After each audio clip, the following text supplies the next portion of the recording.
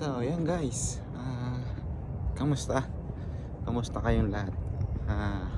Kung akong tatanungin nyo, okay lang naman. So, lumabas tayo ngayon para maglakad-lakad. Day off po ngayon guys. Kaya yun, kahit medyo malamig, maglalakad-lakad tayo para hindi naman tayo mainip sa bahay. So, yun guys. May kwento ko lang sa inyo. 'Di ba kasi nga dati nasa like 2 months ago nasa Alberta pa ako. So ngayon nandito na ako sa Winnipeg. Kasi bakit? Kasi nga may kwento ko sa inyo.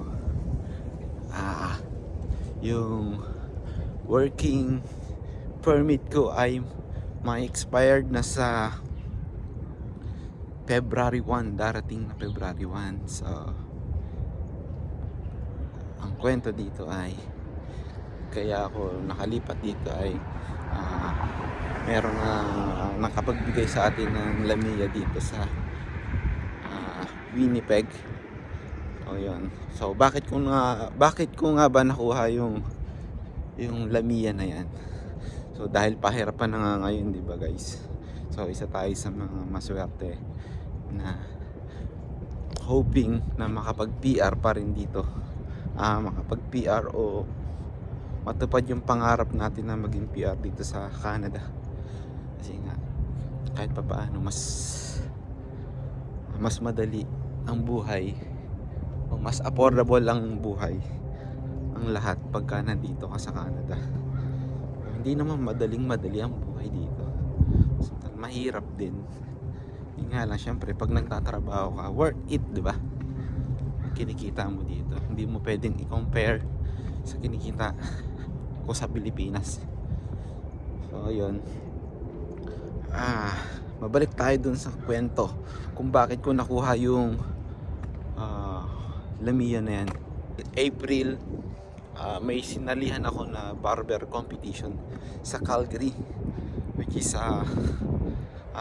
competition yan ng mga barber competition across from Tommy Guns across the Canada. Yan, so madalit salita, yung mga kasali doon ay mga taga Tommy Guns lang, mga barbero lang sa Tommy Guns. So bali nasa 270 plus something kami na nagpasa ng ang tawag dito, entry para doon makapasok. So isa ako sa nakapasok doon sa final 16. So hindi naman tayo nanalo doon. So ang magandang nangyari doon guys ay may mga na-meet tayong mga tao doon, may mga nakilala tayo. Nagtanong-tanong tayo kung sino yung pwedeng makatulong sa atin para makapag-stay pa dito sa Canada guys. So yun nga, dahil sabi ko palapit na yung February, matatapos na yung working permit ko. So yun nga, hanggang sa natapos yung event na yon, may mga nakausap tayo ganyan, may binigay sila mga pangalan tao ganyan, tanungin ko to, magtanong ako kay ganito kay ganyan kung meron pa bang available na ganyan may bibigay. So yun, kinapalan ko na yung mukha ko guys. Bali yan, yun nga, kinapalan ko na yung mukha ko. Nagtanong ako yun. Hanggang sa na-meet ko to yung mga barberong kasama ko dito. Tapos nung nagtanong ako guys, wala naman naging malinaw na nasagot dun sa katanungan ko sa mga baka sakali ko sa pagbabaka sakali ko. Wala namang akong nakuha doon. Pero meron akong mga nakausap na wala na nga daw available ganyan, wala nang spot. Tapos after 1 month after ng event na yun, may tumawag sa akin na siya daw sige na to ganyan, kung meron daw available na Lamia dito sa Winnipeg, which is dito ako sa pinapasukan kong trabaho ngayon, na Tommy Guns pa rin naman, barbershop. So yun nga, tinanong sa akin kung interesado daw ba ako kasi meron available na Lamiya anytime kung gusto ko daw lumipat. Pero ang problema ko syempre dahil February pa naman matatapos yung aking working permit. So yun nga. Tinanggap ko pa rin guys, tinanggap ko pa rin yan. Hindi ko sinabing hindi, kailangan ko tanggapin kasi no choice ako. So nung nakausap ko sila dito, ang pinoproblema ko naman ay kung paano ako magpapaalam dun sa boss ko sa Red Deer Tommy Guns sa Alberta. So yun, hanggang nangyari guys, nung magpapaalam na sana ako, magsasabi na sana ako para magpaalam. Ang problema guys, naunahan ako ng boss ko, ng employer ko dito. Nagtanong-tanong na pala sa kanila. Para bang background checking. Yun, nag-background check sila.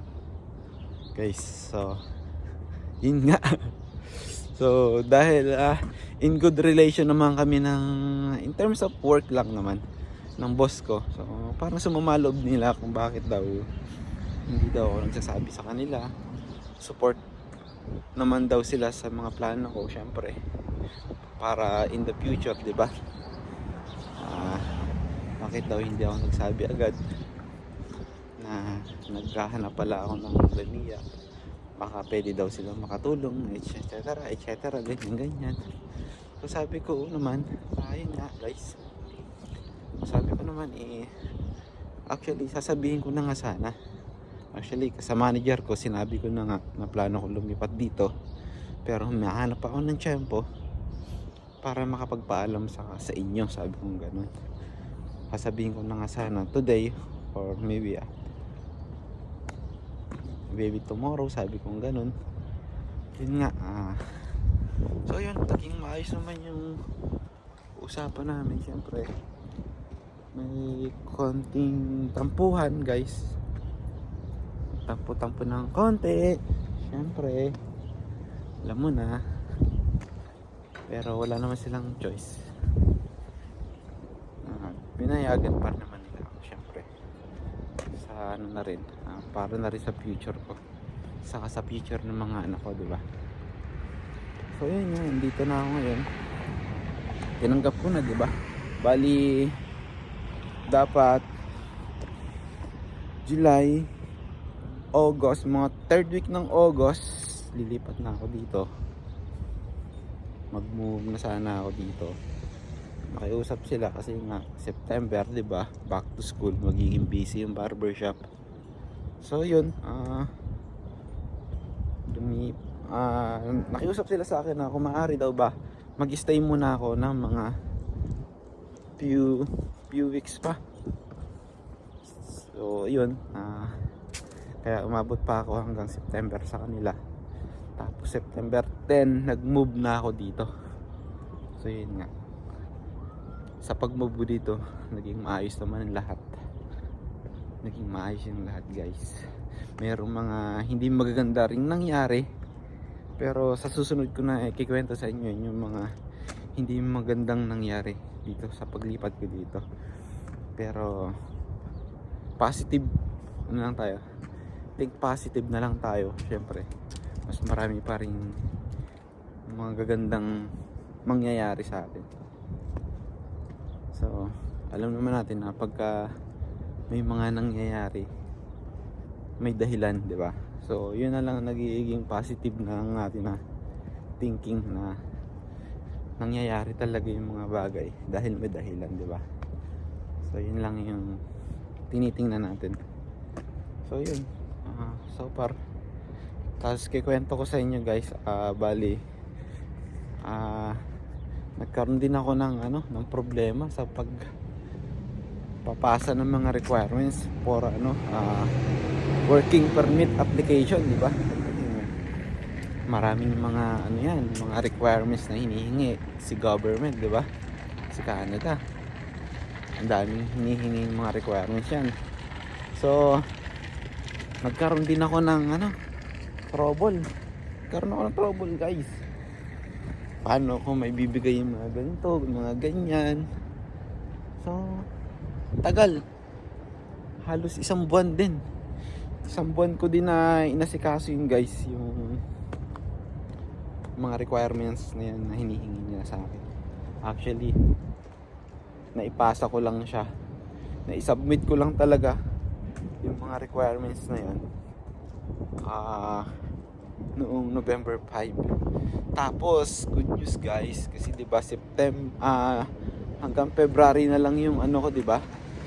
Yung working permit ko. So, after kong ma-submit yung another application, after one day, may good news agad na lumabas, guys. Yung good news na yon ay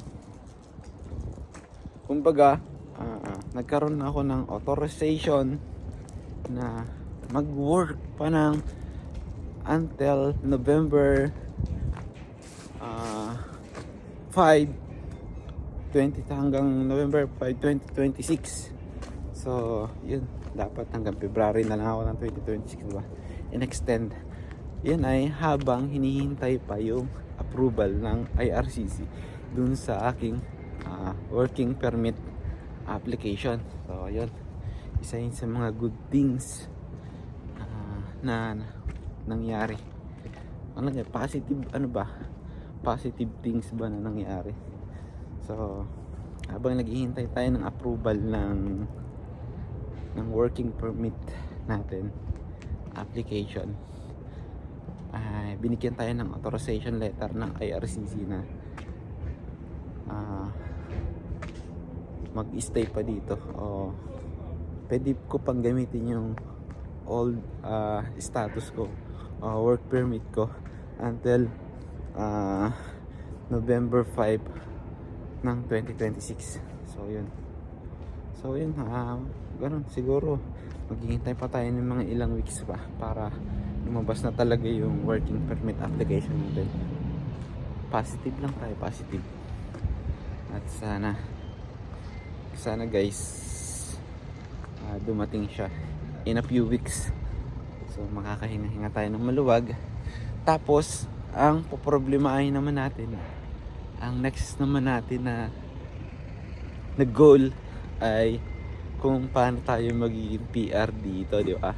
PR is the key. Ano yan? Simula yan, panimula yan. Pero yun, sana ma-PR tayo dito para ma-secure natin yung, kasi kahit PR ka, hindi ka pa rin pag PR na, secure na yun, nandito ka talaga as long na wala kang ginagawang krimen dito, wala kang krimen na ginagawa, ay makakapag-stay ka as long na gusto mo, di ba? Hindi ka pa nagsasawa. Pero yun naman ang goal natin, maging PR, maging citizens dito, di ba? Dito sa Canada, kasi maraming magandang benefits ang maging residente dito sa Canada. So yun guys, malapit na tayo sa bahay. Inikot ko lang tong neighbors namin kasi medyo malamig na, kaya babalik na rin ako. Hintay na lang tayo ng approval ng ating working permit. Pero yun nga, gaya ng sinabi ko kanina, nagkaroon na tayo ng parang 1-year extension until 2026 ng November. So medyo matagal-tagal pa yun.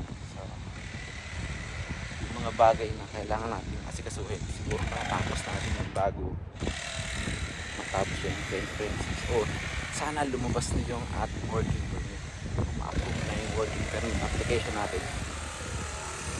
Yun naman ang inaasam-asam natin dito guys, diba?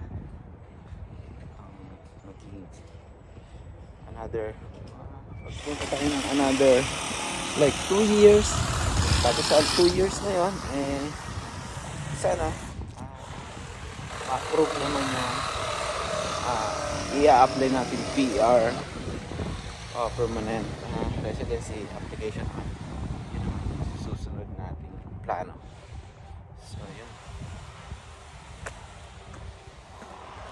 So yun guys, ipapakita ko sa inyo. So yun guys, yung nilalakaran ko. Pasensya na, nagsawa na kayo sa mukha ko. Hindi naman yung kotse natin. Tama na siguro yung almost 20 minutes na lakad. Not bad na yun. So ayan guys, yun yung bahay natin. Yung bahay na tinutuluyan, yun yung kotse natin. Ayan.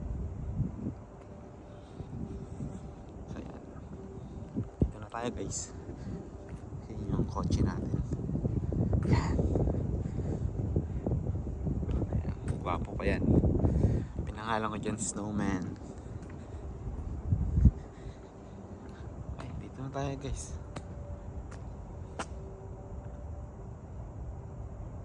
Ayan guys, hanggang dito na lang. Peace out.